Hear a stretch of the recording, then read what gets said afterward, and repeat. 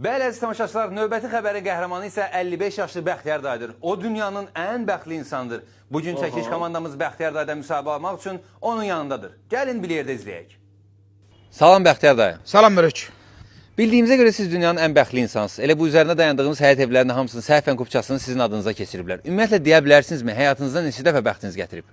Deməli qardaş, mən 19 dəfə jackpot qazanmışam. 2 dəfə tanımadığım əmimlə, dayımla Amerikadan miras qalıb. 3 dəfə getdiyim yolda yerdən 1 milyon manat tapmışam. Bir dəfə toyuq almışam. Məlum olub ki, o toyuq qızıl yumurtlayır. 3 dəfə mən olan gəmi batıb, oradan sağ çıxmışam. 4 dəfə mənim maşın vurub, maaş sad olmayıb. 6 dəfə Azərbaycan millisinin qələbəsinə şot atmışam. 6-sında da udmuşam. İndi də Dubaya getməyə fikirləşirəm. Hə, deyəsən artıq qazandığınız pulları xərcləmək istəyirsiniz. Hə, nə xərcləmək? Bu uşaqların əlindən pul xərcləmək olur ki, milyonu şans lotereyasını sıxmışam.